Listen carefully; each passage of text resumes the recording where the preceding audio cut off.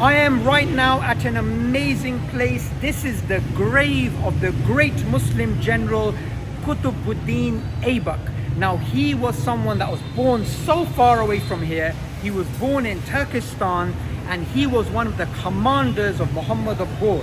Now, he was loyal, he was brave, he was courageous.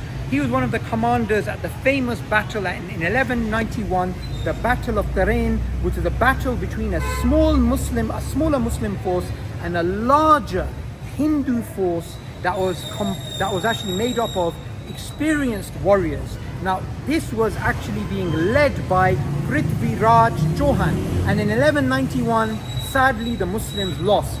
But they came back the next year, despite the fact that Muhammad of Ghor was wounded, and he recovered. They came back, and this Muslim army was still outnumbered.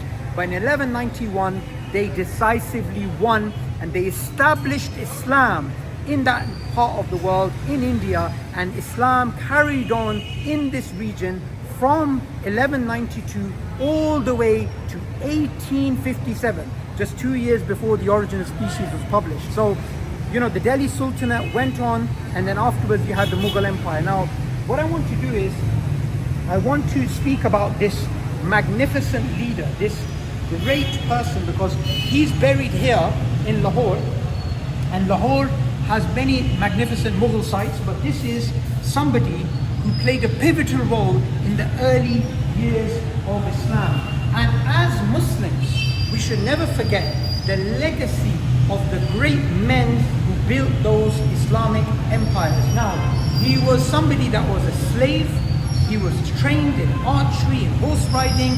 He had these amazing military skills, and he is someone that was celebrated by the Muslims for a long time after his death.